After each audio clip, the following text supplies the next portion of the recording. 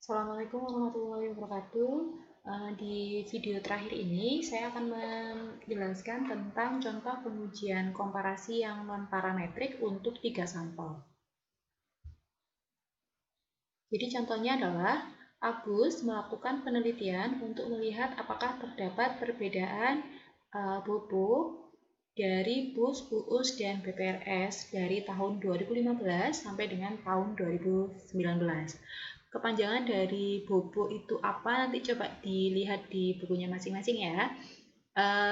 Yuk, mari kita bersama-sama dengan Agus untuk melakukan analisis agar bisa lebih paham terkait dengan cara melakukan analisis data komparasi untuk data yang sifatnya adalah non-parametrik.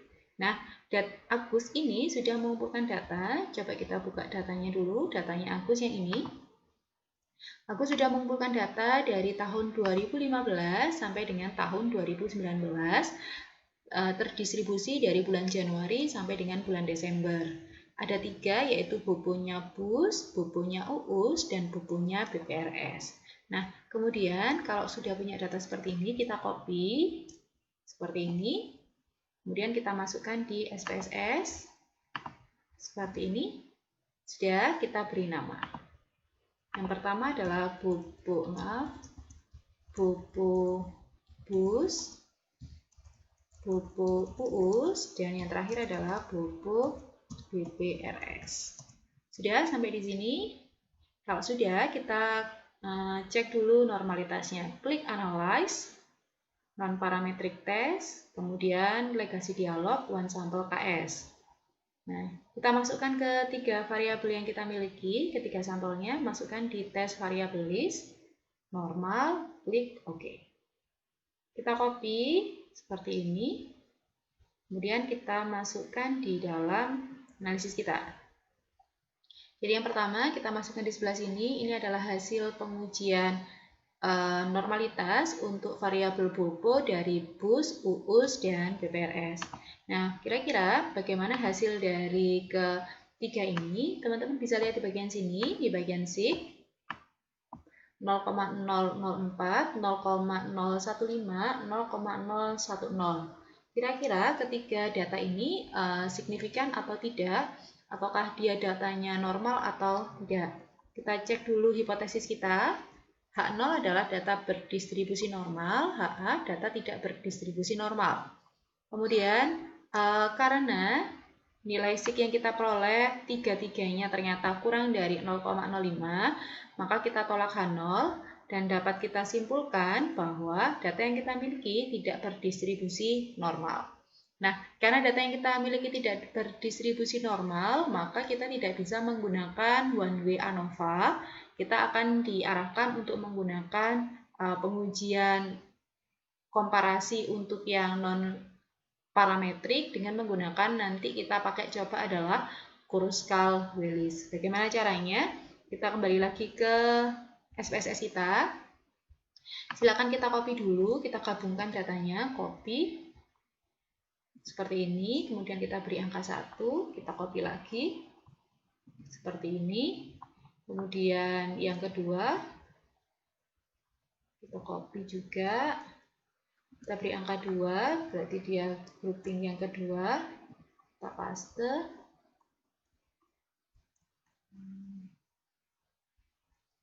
Terus ini yang ketiga,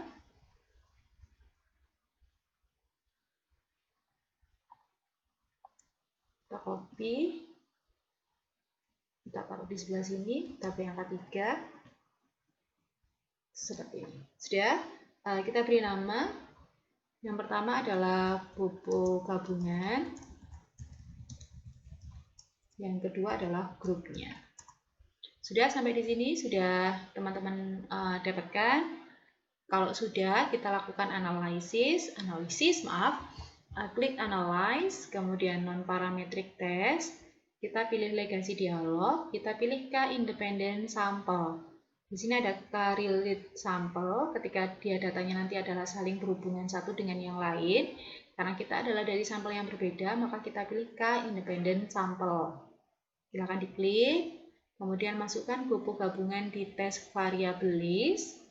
bagian group, masukkan di bagian grouping variable. Define range, kita minimumnya adalah 1, maksimumnya adalah 3. Kita klik continue. Test type-nya kita pilih Kruskal-Wallis H, dan kita pilih OK.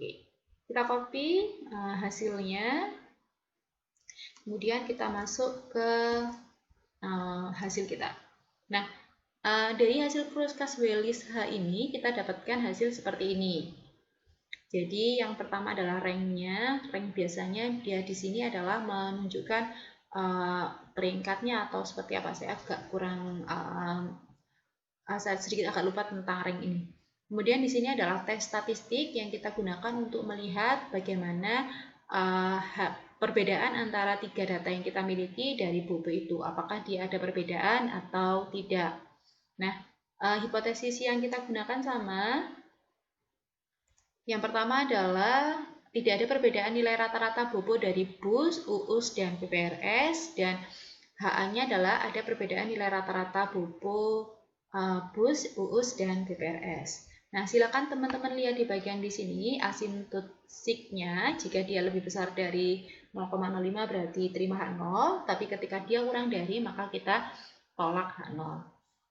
0,000 lebih besar atau lebih kecil?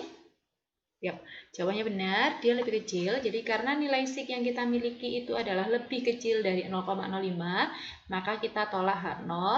Artinya adalah data Bobo kita, jadi rata-rata Bobo dari BUS, UUS, dan PPRS itu berbeda. Jadi ada perbedaan.